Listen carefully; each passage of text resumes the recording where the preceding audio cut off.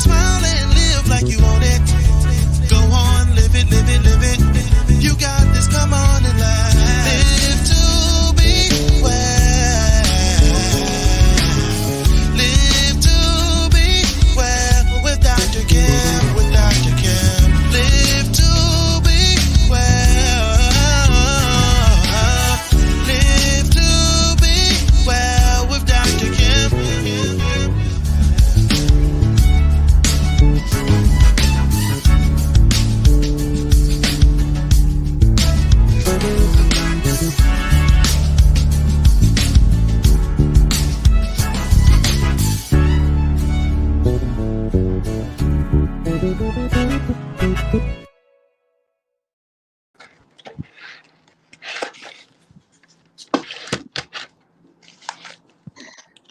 Well, hello, everybody. It's that time for Live to Be Well. How are you doing, ML6? Hey, how are you? I am so good. I'm excited about this topic tonight, and I want to send greetings first, Micah, and welcome everyone to Live to Be Well. But I want to send greetings out to the White Polk family. As tomorrow they'll be laying to rest Cynthia, as we knew her, as Aunt Yvonne White, and also to the family of Jerry Warren out in the Los Angeles, California area, to Robin, the children, Regina family, and all the California family, missing and loving Jerry Warren. He was so special to us all. So just again, thank you all for joining us. I just wanted to give that shout out. All right, ML6, let's get into collective trauma. When you hear that, what are we talking about? What comes to mind? We're talking about, when I hear collective trauma, I think of universal, broad, more than one person, more than one group and or individual that is experiencing the same type of trauma and or trauma that is basically built up for many for many other things. So it's kind of twofold, dealing with many people and also collectively with situation after situation after situation after situation. That's what I hear when I hear collective trauma. Definitely. And I agree with that. And I see that often with in clinical psych and in counseling, where people have built up much of the pain from their childhood, from their adolescent years, even to the adult life, whether they've suffered divorce or grief of a spouse or a child being incarcerated. It's just built up trauma. Right. Let's talk about what happened in Washington. I know we are a week behind, but it's still the ripple effect of it all. Let's talk about it from a journalist standpoint and your work in communication media. Let's talk about it. January 6th, 2021 will go down in the history books as a very sad day for the United States of America. It will be a day where, looking back on this, complete disbelief by some, expected by others, unbothered by others. So we'll touch on all of those different variations. To see terrorists, because that's what they are. They're terrorists in support of a man who basically pushed them to do it. He got up on a podium, he said the date, he said what they were to do, and they did it. Let's go back to the first debate between the clown in the White House and President-elect Joe Biden, when he stood up on that podium and told them to stand back and stand by. That was the first indicator. And they were listening to who they believe is their leader.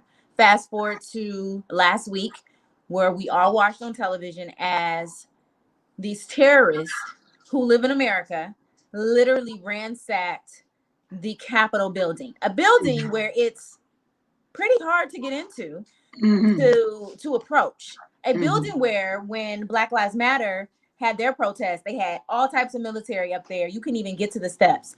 But on January 6, 2021, they were able to enter in. And what we've seen in many, many videotapes is how basically the officers there let them in.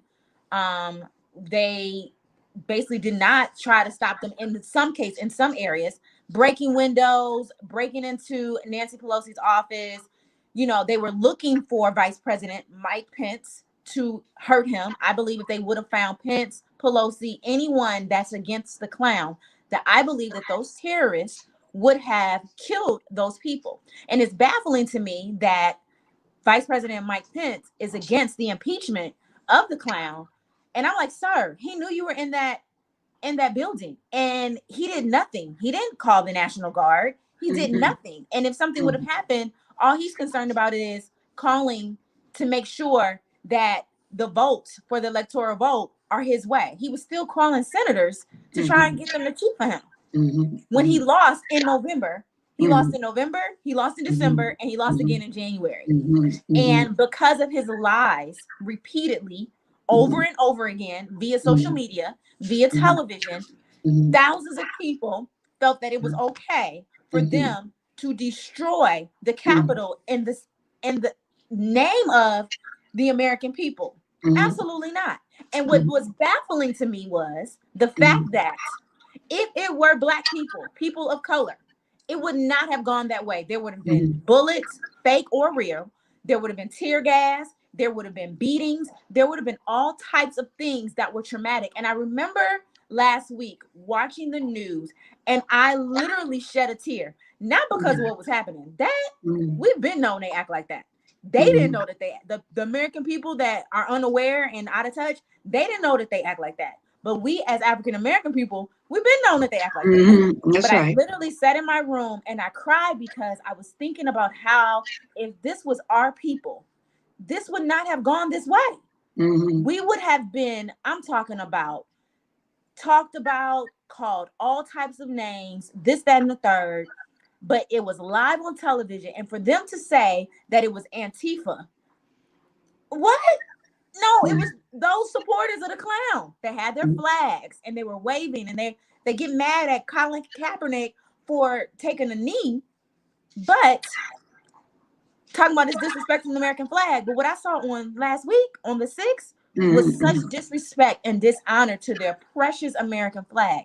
And the fact that they felt okay, the fact that they're not understanding now why there are consequences that are being brought upon them, whether it be no fly list, whether they're sitting in jail, whatever the case is, they're not understanding because, well, he said it was okay and we're white. We can do what we want to do. We founded this country. Absolutely not. You did not. See, that's the problem.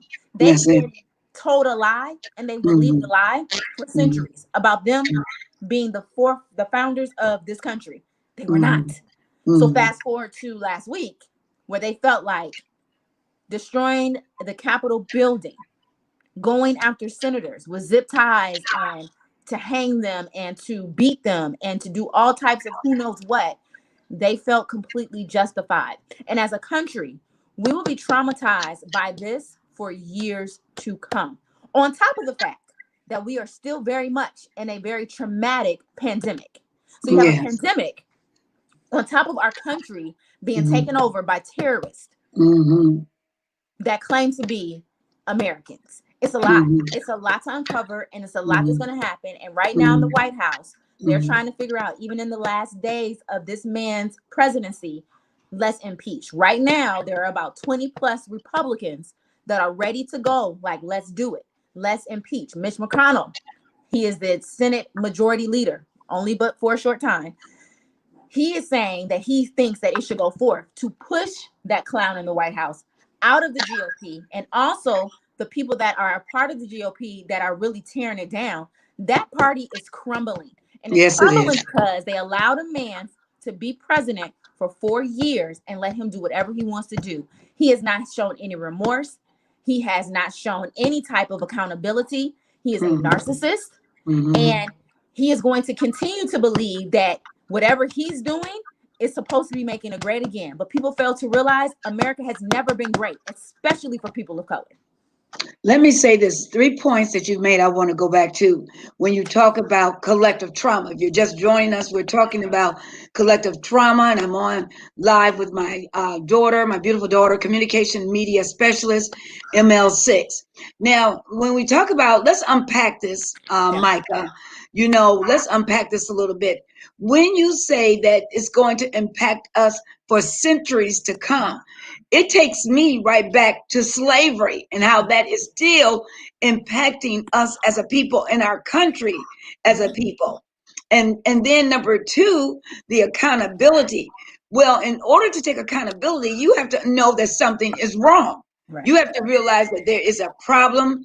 There is something that is not navigated correctly. So we need to understand how this even was navigated. When I saw the reel of them going into that building, I was like, Micah, where's all the security? It's like everybody went on a lunch break at the same time. Right. And nobody was there.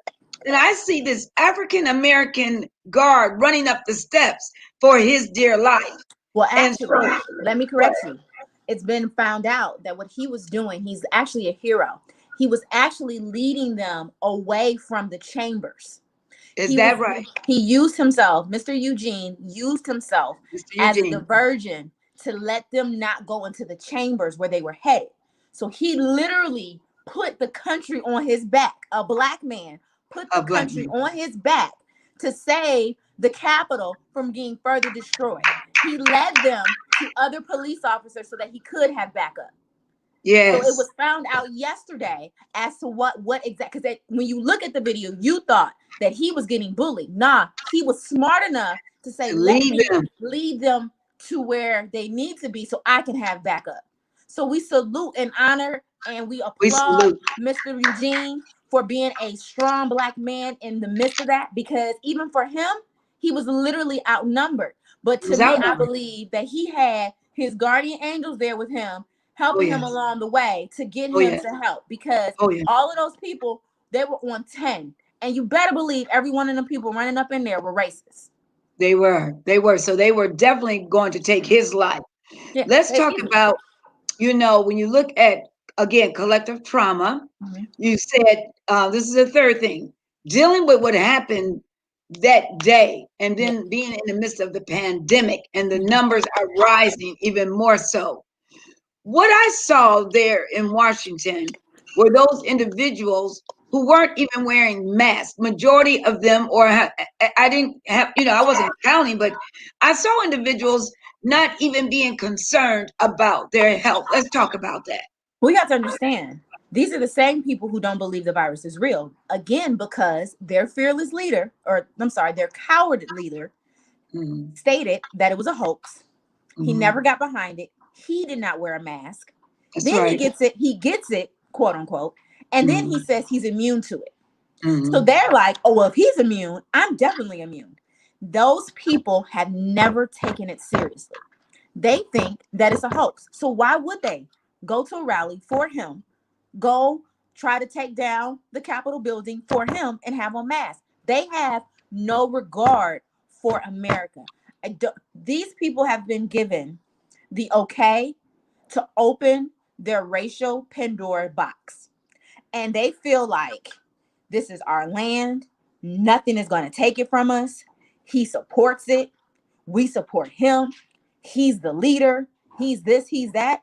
We're looking at, in my opinion, he is this century, this, whatever you want to call it. He's the new age Hitler. That's my opinion. That's your opinion. Because the way he has these people brainwashed with lies on top of like, let's think about the election. Let's really dig into this. If there was fraud happening in the election, that means that the Republicans that did get in, their stuff was fraud too. So you're saying that, so one half of the ballot was fraud and the other half wasn't? Make it make sense. They don't even think logically. 1 + 1 is 2. But to them, 1 + 1 is negative 11,000 votes. Come on now. Come on. And he was okay with that. And that is why he was taken off, and it was long overdue. This is why he was taken off of every social media platform. When Pinterest takes you off their platform, you know that, like, yo, they don't want you to have any type of communication. And people are talking about free speech. Here's the thing with free speech. Here's the thing with free speech. You have, sorry guys, my dog.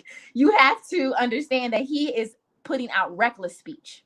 Right. Reckless speech. Mm-hmm. And it's Mm-hmm. causing havoc on this country. The fact Mm-hmm. that every state in the United States of America is prepping their Capitol buildings for other attacks in the Mm-hmm. next few days. Mm-hmm. Think about what's happened in Michigan. Big Gretch, as I like Yes. to call her. Big Gretch her life has been threatened on multiple occasions. Multiple occasions. You know what I'm saying? So it's like, I've never seen this in my lifetime. And to me, you know, I was born during the Reagan era. So then I saw the Bush era. You would think it couldn't get worse than Reagan. You would think it couldn't get worse than both the Bushes. Yet here we are in 2021 in a whole pandemic, and the Capitol building has been ransacked by terrorists who call themselves Americans. Other countries absolutely have to be laughing and joking at laughing at us. And they also could be plotting on us, because to see how easy it was for them to get into the Capitol. Mm-hmm. We have a question. What do you think the evangelical Christians here saying about Trump now? But the evangelical past, you know, they believe that the African angels are coming, and they're coming to save them, and this, that, and the third. They're calling for it. I believe that they are also a threat to the church. They are a threat to their people. They're spreading lies, but wrapping it up in the name of Jesus. And that isn't right. It isn't fair. It's also really showing the complete divide in the church. Oh, yes. No matter the religion. Mm-hmm. There is a Division. complete divide in the church. And it's also showing how these evangelical churches and pastors have used African Americans to further their platform, all while being as racist and hateful as they want to be. Mm-hmm. I believe, and I agree with you, because again, as we unpack this, we're looking at how you were saying this irrational, radical communication. Words have power, Micha. Words have power. Words have power. And this is why it's so important that we use words carefully, that we use proactive communication, words that's going to build up and not tear down, and words that's not going to be for one segment, a group of people. We are all Americans, a part of this and being impacted this. So we're talking about the collective trauma, collective words, negative rhetoric, and being, you know, used to tear down. Like you said, it was used as a means of manipulation, coercion, and all these ways to get what one person wanted to do. Right. That control, you see. And again, this is what Hitler did when he destroyed the people, the Jews. And now you look at where we are today. You know, let's talk about some of the things that we see going on in Georgia. We just had 2 new positions voted in. Yes, we did. And let's talk about that. First of all, salute to Stacey Abrams. She really was influential in getting the people in Georgia to get out to vote. She deserves everything good to come her way, especially because when she was running, they cheated her out of that office. And for her to still be for her community and for her state and get people out, it says a lot about her character. And it's a Black woman. Black women, once again, have saved the United States of America. Okay, let's just talk about that. Okay. Black women, once again, have saved us. So salute to Stacey Abrams. Yeah. The elections were so important because it takes Mitch McConnell out of the seat of having the majority seat in the Senate, and it puts him to the minority. Now, here's what's interesting about all of this. Prior to January 6th, the GOP was very, very like, but now because they're crumbling, a lot of them are changing their tune to a lot of different things. But it's too late. It's too late. You lost. You've been exposed. You've been exposed. You've been exposed. The party has been exposed, and it is what it is. But here's the interesting thing about all of this: a Black man who, a pastor who, you know, that he pastors a church that Dr. King pastored at. He no real political experience other than being a good guy and seeing something in his community that needed change, and he knew that he could bring forth change.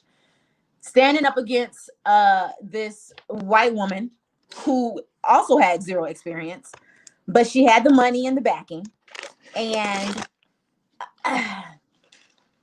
really got up there. I don't know if you watched the debate or any of the listeners watched the debate that night between them, but it was clear she did not need to be having a seat on the Senate. Very, very clear. But the two men, they are, you know, a black man and a white man, both Democrats, were able to get the vote. Yes, and they were able to get the vote because of the climate that the country is in. And the fact that days before, you got to think, the clown in the White House, his boy is the governor of Georgia. And he was upset that his boy didn't cheat for him. He told him to find 11,000 plus votes. And it was caught on camera. It was recorded. Yes. So let me tell you something. When you get in cheating, you feel like everybody else. The fact that you didn't get back in the way that you got in, you feel like you're the cheater. So everybody else is wrong and you're not. And but I salute to the two senators in Georgia who were able to win. It was, I'm not gonna lie, I was watching the news because I knew it was at stake. I knew that, you know, when you have a Democrat president, and the House and the Senate are divided, it makes it hard for the president. Let's go back to when President Obama was president. Everyone loved to say, he didn't do nothing for the black people, da-da-da-da-da-da-da-da. What you fail to understand is everything he presented, they shot down. They shot it down. But this is because people do not understand politics. They only understand what they see, and they don't understand, especially within our community. But what I have noticed that since this presidency, that more of us are really starting to understand what each, like, you start voting low to vote high. The low positions matter and make up the high positions. So I know you asked a specific question, but it's That's okay. It's so broad and just in everything. But Georgia, they came out to vote. They did what needed to be done. They turned a southern state blue. And I saw a tweet online that said, Georgia turning blue shows that it's not about, they don't want black people to vote because they know that our vote is power. It's power. It's power. These states are only red because black people feel like their votes don't matter. It does. Georgia showed that the black vote matters. This presidency, this election showed in major states like Michigan, Philly, Georgia, it showed the black vote. And that's why he was trying to, when he was trying to go back and do all that, but it showed that he had no respect for the black vote. And this is why they've tried so long. And let's go back to trauma. The trauma of voting, the trauma of making us feel like we didn't have a right or deserve to vote. It wasn't that. They're scared of us. They're scared. We're a threat to them. They're scared. Yes. How many times have we been said or stated or called, we are a threat, have been a threat from day one? Now, remember, we were brought here, you know, and again, to do what you felt or to become a population and called slaves. Right. Now, let's just go back to something, because when you don't vote and you don't realize you do have a voice, it will cause collective trauma. And look at the backlash of what happened when he got in office. Because people did not realize the importance of their vote. Now, let me say this. I was so excited when both my daughters, they had to be in another state to vote. And you were determined to vote. I was. And we made sure that Aaron voted also, because, and I voted. I was not going to not allow myself, and then realize what kind of trauma could come out of this, because we've seen it before. Can you imagine us going through 4 more years of this? No. What do you see as going to be the trauma of getting him, the impeachment or getting him out of the White House? It's showing, uh, again, narcissistic behavior. He doesn't feel that he's done anything wrong. It's everyone else's fault but his. And his whole situation is making people feel like they can do whatever, whenever, especially those that follow him. The trauma of this is the lack of respect. Put it like this. I was in the elevator of my apartment building and a white person got on. And it was on the 6th. And I promise you, my heart started beating really fast because you just never know whose side anyone is on. That's traumatic. It's very. When you're driving and you see a police car and you know you're not doing anything wrong, but you see the police car in your rearview mirror. Now, I can't speak for anyone else, but I have ducked off to get that cop from behind me. Mind you, I'm not doing anything wrong, but it's the fact of what's been going on. So many people haven't done anything wrong, but they still gotten pulled over, beaten, and killed. Right. Collective trauma. It's collective trauma. From seeing it, hearing it, it's just, and with social media being as big as it is, this stuff has been going on for years. But we didn't have the platforms to put it on blast. And now we do. So now, I respect people that say, I don't want to see it. And I don't take it as a shot of, I don't think that it exists. But it's one of those things, they're protecting their peace, their mind, and they're protecting whatever, anxiety that they have to deal with, because it is very traumatic when you're driving and you see a cop behind you and everything stops and all you thinking about is all the Black people, men and women that have been killed, rolling through your head, and you're wondering if it could be next, and you're making sure you have your phone by, and you want to make sure that you have somebody on speed dial. Just think it's so much. So with this impeachment, they're saying that it could be it could cause more violence in the country. Let me tell you something. They're plotting regardless. Unfortunately, they're going to plot regardless. And I just want for President-elect Joe Biden, Vice President-elect Kamala Harris to be in a safe place. I don't feel that their impeachment should be public. Do it in a room away from everybody, because these people are crazy. Not their impeachment, but just. I'm talking about their inauguration. Inauguration. Right. Because these people are crazy. And the thing is, they're like zombies. And it's almost like they're under a trance or a spell.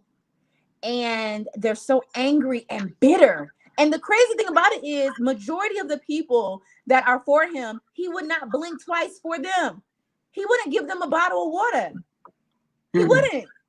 Because to them, they're the poor. They're the poor white trash. And it's like, y'all going hard for him. You're dying for him. And he wouldn't even come to your funeral. He doesn't know your name. He cares nothing about you. But it's traumatic for African Americans because it's just like, no matter what they do, they get praised. Let's talk about the gentleman who's in jail. He had on all the gear. He looked like it was like a costume. And he's been on strike since Friday, not eating, because he eats organic food. Do you know that they're now giving this man organic food in jail?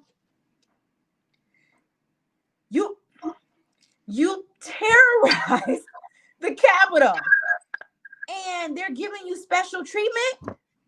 Make it make sense. It doesn't, and it doesn't make sense. It doesn't make any sense. If that was a Black man, they would who went in there and said that he only eats organic and went on strike, they would not care. They would not care. You will eat whatever we give you, or starve, or starve. The question is, what is the worst thing that could happen in a collective trauma? And we have seen. And now the question is, where do we go from here? How do we begin to heal our nation? How do we heal our families? Because as you said, Micha, this thing is going to impact us. These events, these current events are going to impact us for the rest of our lives. I worry about my children when they are driving out and about. I try not to even be out late at night because I could be pulled over and anything could happen. Right. So I try to have someone on the phone with me when I'm out, if I have to be out, and letting people know that I'm safe. It's unfortunate in this time that we live in today that we have to do that. So what is some of the psychological issues that we need to unpack here? First of all, we have to stop compromising. Stop compromising. Yeah. Let's talk about that, Micah. We have to stop compromising. It just comes to a point where you just have to realize fact from fiction, Mhm. and you have to stop compromising on really, you know, this is an unfair country. It was never built for us. The laws were not built for us. So it's in your best interest to make sure you know the laws for yourself and to be able to unpack them for yourself so that you know how to move forward. Um, Mhm. Not compromising could go, it could Mhm. be really broad, Mhm. because you could look at these people and feel like they're not compromising, but what they're doing is wrong. You just have to know and be clear on Mhm. what's right and what's wrong, and you can't Mhm. compromise on that. Mhm. But it's hard when you have a system that is so fraudulent. Excuse me, that's so fraudulent. And so it's hard to decide like what's real and what's fake. So I tell people all the time, I can have my views, I can have my opinions, they're mine based off of my research, and I'm not compromising on what I know to be true as it pertains to things of this country. I'm not compromising on my blackness and my voice in the world. Those are things that Mhm. I just will not compromise on. Mhm. But it's also because I've done research and I've done the study. Yes. So that's just my interpretation of not compromising as it pertains to this.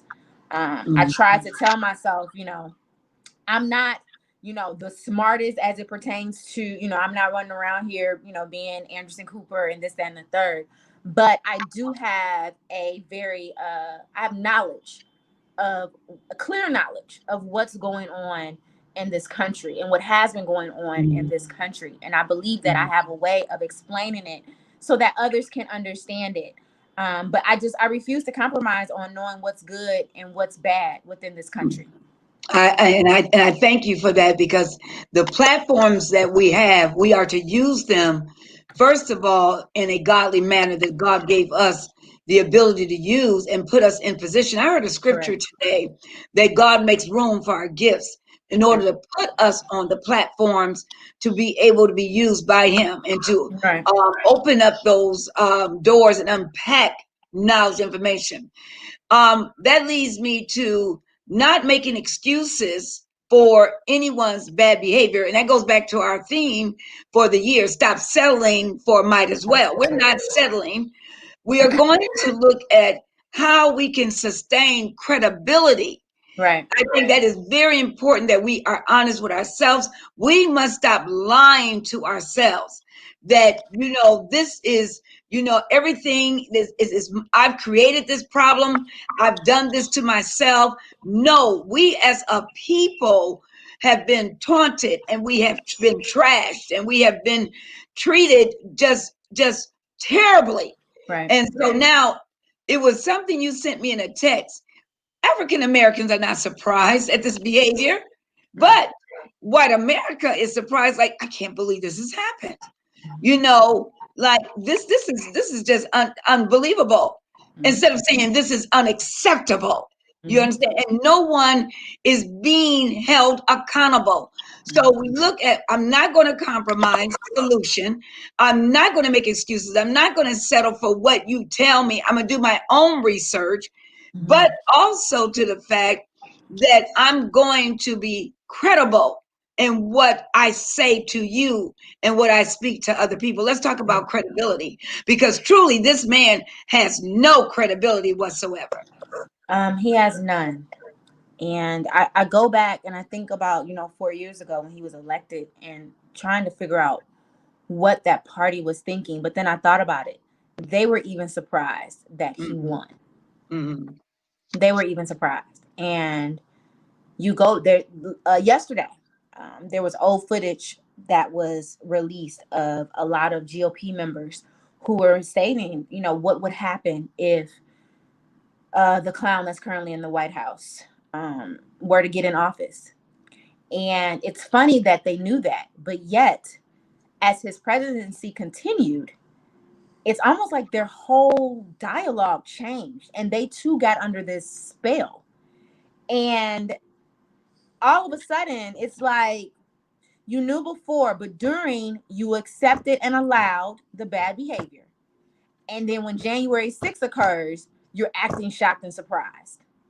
When how he has acted as it pertains to losing, you're acting shocked and surprised. Where he's ran this country for the last 4 years very selfishly. Mm-hmm. Because you all have co-signed his bad behavior. Come on now. You've co-signed. You continue to co-sign his bad behavior. So here we are, days from an inauguration of a new president, and the current one has still yet to acknowledge, congratulate, do anything that he should do. That all the presidents, you really think that Michelle and Barack Obama wanted to greet them when they won, knowing how they won? Mm-hmm. They didn't. But they handled it with grace. With grace and but dignity. This man has yet to do it. This man is like, he's a child throwing temper tantrums because he lost. And it's ridiculous. It's embarrassing. And he's trying to get these pardons because he knows that once he leaves the White House, he knows that they're coming after him. Oh, yes. And here's the thing. If he gets impeached, he won't have the protection. He won't have the protection. And they don't want him to. And they don't want him to have the protection. I don't know what this man has done, but they have co-signed his bad behavior so much that he is sitting up there. He's not mad that they ransacked the Capitol because he told them to do it. He's mad because he lost the election. You know, I'm so excited that you said that because, you know, I've just written a new book. And this book talks about political propaganda. And we're going to go public with the book because it's so important that people need to know. We were going to hold it a little bit longer, but by what you just said, that we need to let people know you can no longer co-sign bad behavior. You know, let's go back to being a threat because of white privilege. Let's talk about they created this problem, and the fear that they have is the fear of losing the white privilege. Let's talk about that. But here's the thing. They're never going to lose the white privilege. Right. They're going to always have it. I mean, white privilege was shown for everyone to see on January 6th. If you didn't know what white privilege was, January 6th should have shown you. And if you still don't know what white privilege is after January 6th, you just don't want to know it. You don't want white privilege is being able to wreak havoc and walk through the Capitol building, breaking glass, breaking into Senate and House offices, going into the chamber, sitting in the chairs, jumping on the furniture, all of those things. That's white privilege. People of color would not be able to do that. Again, like I said earlier, we would not have been able to get on the stairs. White privilege is when the city of DC said that there was a curfew at 6 o'clock, when well after 6 o'clock, they were still out there. I'm gonna live to be well. And there was nothing that was happening, so to speak, that would have happened if it was people of color. White privilege is them thinking that they can get on airplanes after they've ransacked the Capitol building and be surprised that they are on the no-fly list. White privilege is them, yes, being on camera. Yes, Lisa. Doing everything that they wanted to do, saying everything that they wanted to say, basically threatening the lives of the vice president and Senate leaders, and nothing happening to them till days later. White privilege is them being so cocky in what they're doing that they put it out on camera and social media as if they weren't going to get in trouble. Mm-hmm. That's white privilege. Cowards, just cowards. I look at Extreme cowards. I look at it as just simply cowards and how they feel that I can walk past a black person and extract saliva on you and there's no consequences, you know. I can urinate in the Capitol building and there's no consequences to this, you know. And so again, I agree with you, Micah, that if you don't understand what white privilege is and how being treated for centuries as a second class citizen. We have to stand up, rear up, and be collective. This is this whole thing about collective trauma. We have to rear up as a people with a consciousness and be aware to do what is right and make sure that one person, if one person does what's right, do you know it's contagious, Micah? It will be contagious, just like hatred. But God says that love conquers all. And so, therefore, we will not allow anyone to condition us to be evil. I didn't raise my children to be evil or to be disrespectful, but I raised them to be aware of their environment and to be safe. We must keep ourselves safe. I want to talk about a couple of more things, okay? Um, Decision making and balancing the things that are going on in America right now and the impact that it has on me and my family, such as the pandemic is still here with us.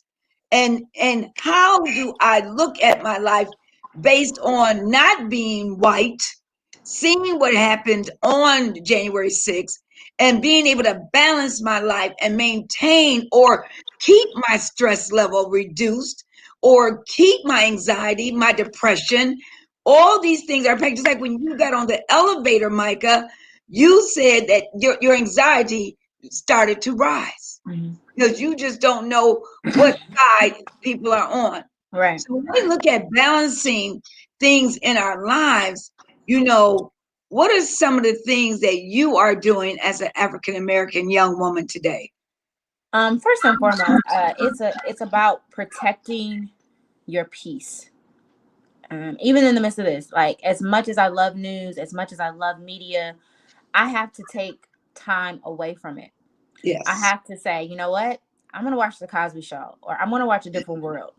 I'm gonna be kind of in silence, and I'm gonna just kind of meditate, just to kind of make sure that I'm in a good headspace, that's right. because this stuff really can be very consuming. I take moments where I don't scroll on social media.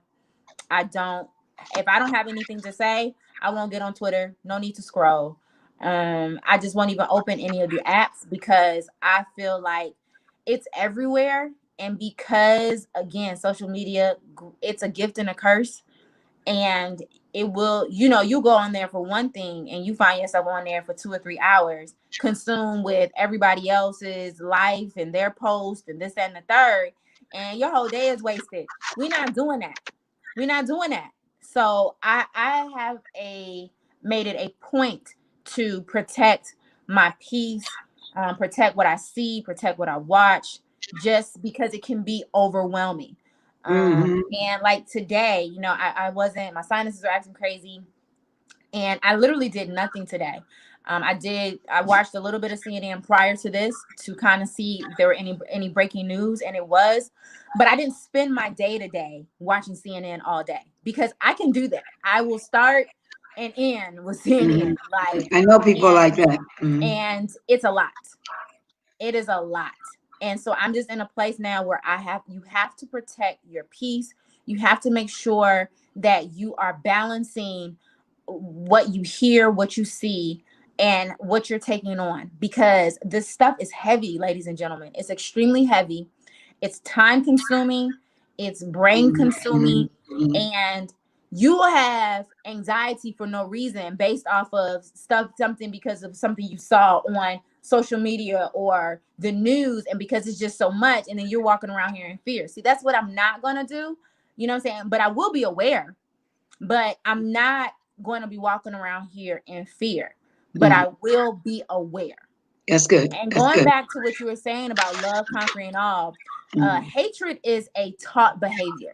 Mm-hmm. Hatred is taught. I laugh when I see the younger children who come from parents who voted for the clown. And they are very much about Black Lives Matter. They're very much about, Biden and this, that, and the third.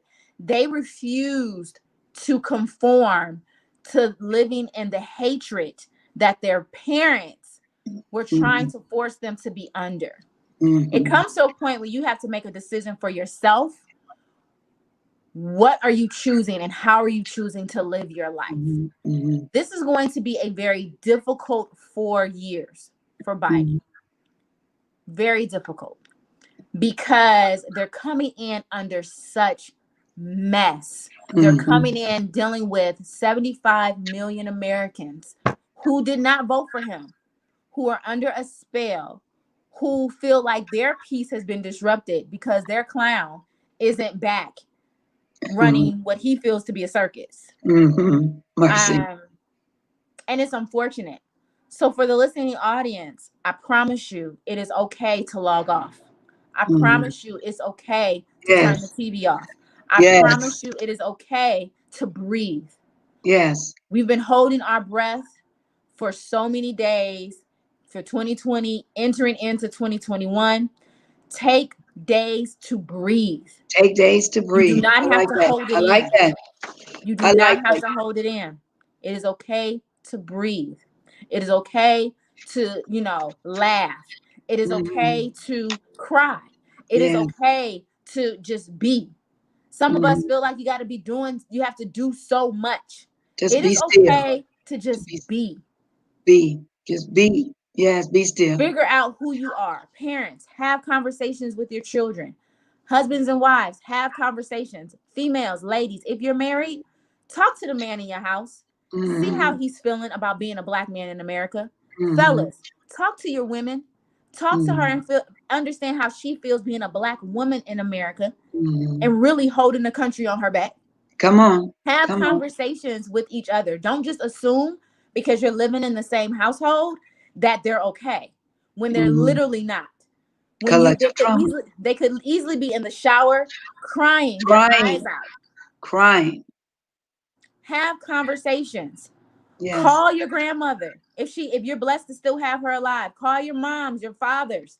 Figure out how they're handling it, because it's like watching, literally, it's like repeating with all this racism and hatred and all of this. Like they're reliving it again. Have conversations. Be open. That dialogue. That's all part of being whole and getting peace, is having open dialogue and not walking around here in fear. If you have white friends, have conversations with them. That's right. Some of them act like they don't get it. And here's the thing, some of them don't, because they're ignorant. Have conversations with your white counterparts. And let me tell you this, if they don't get it and they not with it, it's okay for you to walk away from them. Walk away. It's okay for you to walk. You don't have to maintain that relationship. Right. And if somebody comes up to you and says, well, I have a Black friend, and well, my such and such dated a Black guy. How does that, what? If you're racist. That's it. That's the bottom line. I want to talk about, it's already 10:06, Micha. We need a part 2 to this, because collective trauma is real. It's impacting us since we were children, and now we're dealing with all the other things that we've collected all the way through on our jobs, in our communities, in our churches, just in day-to-day living. And this is why this is called Live to Be Well, because we need individuals, and this is my last point, intentional mindset. We must have intent, clear intent, and it must be intentional. We just can't be out there. At my age, it's like, okay, I'm just going to make irrational decisions. Right. No, I'm not 10, 12 years old. Right. I need to make sure that every decision I make is intended for a positive outcome, Yes. and then it's going to impact me to have an intentional mindset. Let's close out with that, Micah. Intentional mindset. Okay, so in order for you to get to having an intentional mindset and to be in a space to even embrace that, you have to be honest with your past. And for so many people, it's hard to be honest with their past because, again, going back to the subject title, they have collected so much trauma that they would rather act like it doesn't exist than to unpack it. But what you're doing is you are creating and passing on that trauma silently That's to the right. next generation. And That's it's right. not fair That's right. because you'll be wondering, well, why do I do this? Or why do I handle things like this? Or why am I like this? Da da da da da. And it's because your mother or your father, they were like this. They handled confrontation like this. They didn't show emotion. They didn't do this. They didn't do that. And they pass it on to you because before them, it was done to them. And until you correct it and be honest, and this requires having hard conversations. Hard conversations. You have to have hard conversations, and you have to be willing to talk, and not only talk, but listen. Mm-hmm. Listen with the intent to understand and not with the intent to respond. That's right. That's Because right. you have to hear what the other person is saying in its totality to move forward. To If move someone forward. hurt you, let them express why they hurt you or why, Mm-hmm. like, what did they feel? Right. Right. You can't say, well, you didn't feel like that. How do you know? Mm-hmm. It's what you did that made me feel this way. That's right. That's right. So it's allow me to express that. Now, if that wasn't your intent, say that, but acknowledge the fact that was not my intent, but I acknowledge that what I said it hurt you. And it is my responsibility to make sure that it never happens again. And I am going to look at why I responded that way. So in order for you to get to this, you got to handle this. That's right. We got to stop skipping over steps. It's not going to work. You can't get to A, can't get to D if you don't get to B and C. Because what's going to happen is, and I'm saying this in psychological counseling, many people have relapses. And the reason why they have relapses is because they are skipping over the necessary steps. That's why in the 12-step program is 12 steps. You've got to follow every step. You have to follow them. Yes, you have to follow them. You can't skip over them in order to complete that process. It's just like taking a class. You have to follow each step and each procedure. When someone comes to me for counseling, we have phases, we have stages. We must go through these steps so that we don't go backwards. We want to move forward. Move forward. Let me say this. In collective trauma, yes, and what you just said, and I praise God for my child. This is my child, and I thank God for her intelligence, her ability to have hard conversations. Because I've had to have hard conversations. My own daughter has had to have hard conversations with me, and it is never easy. Let me say that it's not easy. But if we don't listen, and like she said, don't always be ready to respond. Just listen. Be a caregiver and being able to have effective listening so you can be a reflective listener. And so that I can engage properly. But I'm looking for an outcome that's going to make me healthier, Micha. Right. That's the bottom line. I want to be healthy. Each step builds on the other. That's right, Lisa. Yeah. So I'm looking to be healthy. I'm looking to have positive outcome to build on my solutions. Right. Because a lot of people look at the collective trauma, but they don't know how to work through it. They don't know how to navigate through it. And the first thing is to be honest that I do have a problem. I have gathered all these things in my life, and I may need to find, a support system, a group, a counselor, a therapist. But I need to be honest, because if I don't work through this collective trauma, it will kill me. Yeah. And we have seen it through suicide, through all aspects of negative behavior. So we want, and we're going to come back with this, Micah, collective trauma. So the most important thing is to remember, protect your peace. Mhm. We want to make sure it's all right to step back. You see what I have on my screen, flowing water, Micah, flowing water, Right. you know, and it's okay just to be. I like that. It's okay just to be. Just Mhm. be. I like that. And then we've got to stop co-signing bad behavior. No matter what, we must stop co-signing bad behavior. Take us out, Micah, with your closing remarks. God bless you. I just want everyone to understand the climate in which we're in as a country. These next few days and few weeks are going to be very, very important. Talk to your children, talk to your friends, talk to your family. Don't try to go through the things that are happening by yourself. Please be safe in everything that you do, despite all of this stuff that's happening this political things that are happening. Excuse me. We're still very much in a pandemic, and the numbers are rising. Hospital beds are few and far between. Mhm. Do what you need to do. Please take your vitamins every single day. Take responsibility for your health and for your everyday interactions. If you do not have to go, do not go. Don't make up excuses to why you have to do something when it's probably best for you to stay home. Vitamins that you may need to take that you may not know, vitamin C, elderberry, echinacea, golden seal. Especially if you have sinuses and allergies, golden seal is your friend. It's disgusting, but it's your friend.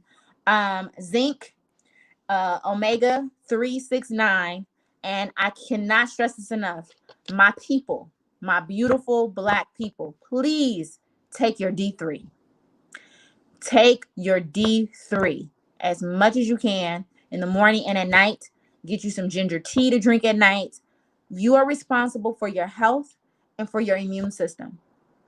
I don't know. I'm not going to tell you, I can't tell you when the vaccine will be available for the American people as a whole.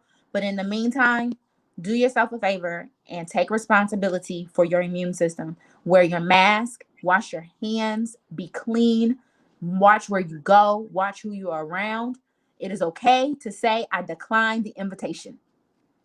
But again, the next few weeks are going to be very, very interesting for our country. Be on watch, be alert. Don't be fearful, but just be aware. Those are Be my aware. closing remarks. All right. We want to thank Micah Logan and my ML6 and my daughter. It's wonderful to work with you. It's wonderful to gain more knowledge and be able to be utilized by the Lord. I'm very proud of both my daughters and the work that they're doing, and thank you, Simply Natural Bell. Thank you so much. Great tips. And listen, we want to remind you most of all to live to be well. I'm Dr. Kim Logan-Nowlin, And and I'm Micah, ML6 Logan. that's right. And we are a mother-daughter power team, and take time to find the gifts that you have and work collectively together with your family members and watch God take it to greatness. Until next time, as my mother used to say, if it's going to be, then it's up to me. Make things happen in your life and live to be well. God bless you and good night. Bye, everybody.